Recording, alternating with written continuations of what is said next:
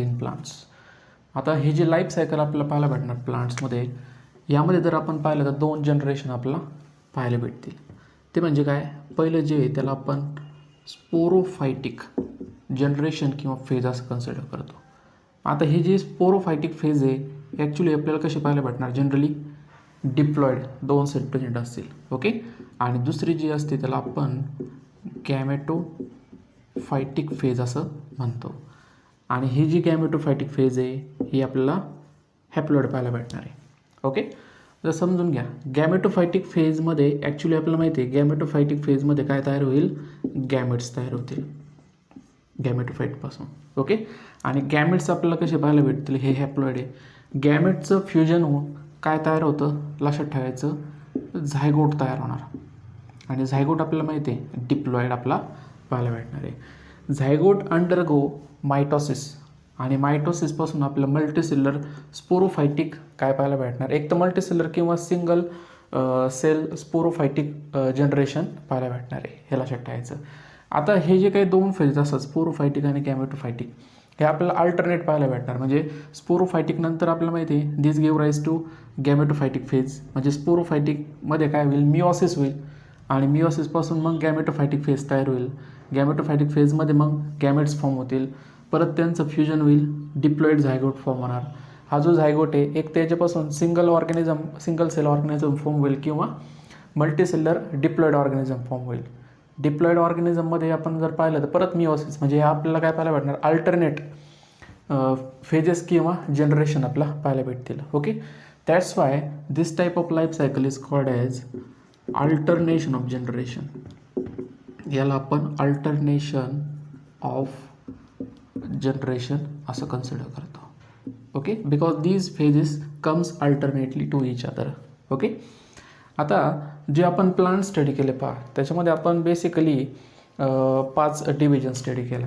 त्यापैकी जर आपण पाहिलं तर ब्रायोफाईट्स जे आहेत, ब्रायोफाईट्स आणि दुसरं म्हणजे टेरिडोफाईट्स. यामध्ये जर आपण पाहिलं तर 2 आपल्याला डिस्टिंक्ट फेजेस पाहायला भेटणार आहे. Distinct phases or we can say that generation आपल्याला पाहायला भेटणार, स्पोरोफायटिक आणि गॅमेटोफायटिक असतील. म्हणजे जवळजवळ इक्वल असतात गॅमेटोफायटिक आणि स्पोरोफायटिक.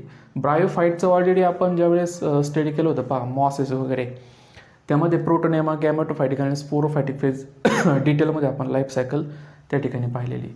तिथं आपण जर पाहिलं तर दोन्ही जे फेजेस असतात त्या डिस्टिंक्ट आपल्याला पाहायला भेटतील.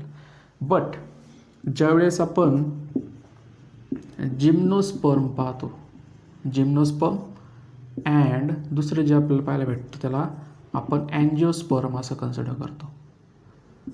आता जिम्नोस्पर्म आणि अँजिओस्पर्ममध्ये जी स्पोरोफायटिक फेज असते स्पोरोफायटिक फेज म्हणजे डिप्लॉईड फेज आपण त्याला म्हणतो. स्पोरोफायटिक म्हणजे प्लांट आपल्याला पाहायला भेटणार आहे. ओके. हे कसे येतं, हे डॉमिनंट आहे. आणि दुसरी जी असते गॅमेटोफायटिक फेज हॅप्लॉईड आपल्याला पाहायला भेटते. ही हायली रेडियस आहे, हायली रेडियस आपल्याला पाहायला भेटणार in case of these 2 divisions. लक्षात ठेवायचं, जिम्नोस्पर्म अँड अँजिओस्पर्म. ओके. आता लक्षात ठेवायचं लाईफ सायकलचे ॲक्च्युली 3 टाईप आपण पाहतो. यामध्ये पहिली जी आपल्याला पाहायला भेटणार आहे त्याला आपण डिप्लॉन्टिक असं कन्सिडर करतो, डिप्लॉन्टिक लाईफ सायकल. आता डिप्लॉन्टिकवरून लक्षात ठेवायचं याच्यामध्ये मायटोटिक डिव्हिजन हे डिप्लॉईड सेल्समध्ये आपल्याला पाहायला भेटणार आहे. म्हणजे मायटोसिस कुठं होतं, mitosis occur in diploid cell. Okay. आता मायटोसिसमध्ये ॲक्च्युली डिप्लॉईड सेल्स काय होतील, डिवाईड होतील रॅपिडली. आणि याच्यापासून एक तर मल्टीसेल्युलर किंवा सिंगल सेल काय होईल, ऑर्गॅनिझम फॉर्म होईल, ऑर्गॅनिझम. आणि हे आपल्याला माहिती आहे ऑर्गॅनिझम कसं असेल, इथं डिप्लॉईड आहे कारण की मायटोसिसमधून ॲक्च्युली ते फॉर्म झालेले आहे, हे लक्षात ठेवायचं. ओके. ही काय झाली, हे स्पोरोफायटिक फेज आपल्याला पाहायला भेटणार आहे याच्यामध्ये. आता हा जो ऑर्गॅनिझम आहे डिप्लॉईड ऑर्गॅनिझम, हा ऑर्गॅनिझममध्ये आपल्याला काय माहिती भेटतं, काही ज्या सेल्स हे मिओसिसमध्ये जातील आणि यामध्ये हॅप्लॉईड स्टेज असलेले आपल्याला काय पाहायला भेटेल, गॅमेटोफायटिक फायटिक फेज आपल्याला पाहायला भेटणार आहे, हे लक्षात ठेवायचं. पण डिप्लॉयटिक फेजमध्ये मायटोसिस कशामध्ये होतं, फक्त डिप्लॉइड सेल्समध्ये. गॅमेटोफायटिकास ॲक्च्युली काय होईल, इथं गॅमेट्स फॉर्म होतील, हे लक्षात ठेवायचं. गॅमेटोफायटिक फेजमध्ये इथं आपल्याला मिओसिस पाहायला भेटणार, मायटोसिस पाहायला भेटत नाही. आता ही जी कंडिशन आपल्याला पाहायला भेटते ही कशामध्ये, एक्झाम्पल जर आपण पाहिलं तर इन केस ऑफ ॲनिमलचं आपण याच्यामध्ये एक्झाम्पल घेतलं आहे पहा.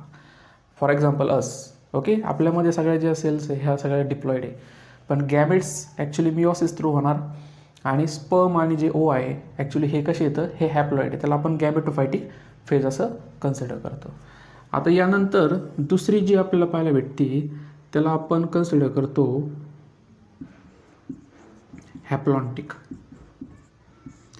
आता हॅप्लॉन्टिक म्हणजे काय, मायटोसिस कशामध्ये होणार लक्षात ठेवायचं. Mitosis occur only haploid cells. हॅप्लॉइड सेल्समध्येच काय होतं आहे, मायटोसिस आपल्याला पाहायला भेटणार आहे. ओके, आता मायटोसिस जर हॅप्लॉइड सेलमध्ये जर होत असेल तर आपल्याला काय माहिती आहे, यापासून जो ऑर्गॅनिझम फॉर्म होणार आहे, ऑर्गॅनिझम जो फॉर्म होणार आहे हा आपल्याला कसा पाहायला भेटणार, हा हॅप्लॉइड असेल, हे लक्षात ठेवायचं. ओके, ऑर्गॅनिझम ऑलरेडी हॅप्लॉइड आहे, मग याच्यापासून जे गॅमेट्स फॉर्म होणार आहे, गॅमेट्स फॉर्मेशन आपल्याला पाहायला भेटणार आहे. ओके, गॅमेट्स आपल्याला कसे पाहायला भेटणार, हे पण हॅप्लॉइड असेल, म्हणजे इथं डिव्हिजन कोणती झालेली असेल, इथं पण मायटोसिस आपल्याला पाहायला भेटते. मायटोसिस थ्रू गॅमेट्स फॉर्म झाले, याच्यामध्ये गॅमेट्स एकमेकांमध्ये फ्यूज झाले, त्याच्यापासून काय फॉर्म होईल, मग झायगोट फॉर्म होणार. झायगोट कसं असेल, डिप्लॉइड आपल्याला पाहायला भेटणार. ही आपल्याला स्पोरोफायटिक फेज पाहायला भेटणार आहे, डिप्लॉइड तिथं फॉर्म झाले. ओके, हे लक्षात ठेवायचं. आता हा जो झायगोट आहे, हा झायगोट परत कशामध्ये जातो, मिओसिसमध्ये. ओके, आणि मिओसिसमध्ये गेल्यानंतर आपल्याला माहिती आहे काय सेल्स तयार होतील, सगळ्या हॅप्लॉइड सेल्स तयार होतील.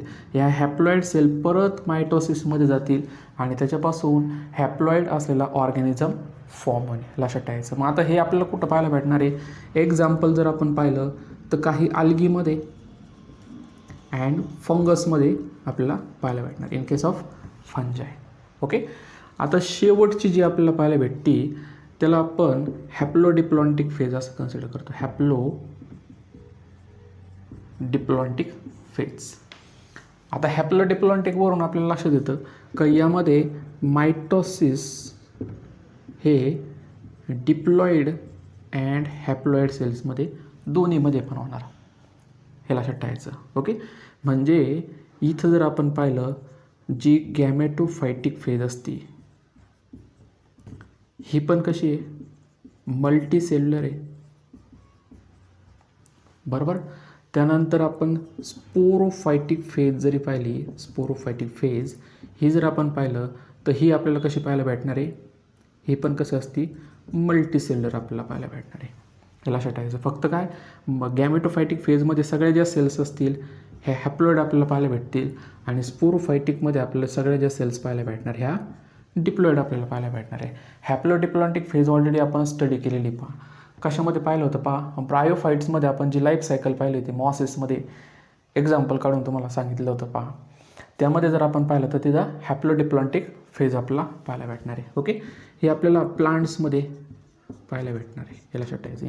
In case of plants. Okay, ब्रायोफाईट्समध्ये आपण हॅप्लोडिप्लॉन्टिक फेज ऑलरेडी स्टडी केलेली आहे. Okay, that is all about the life cycle in plant.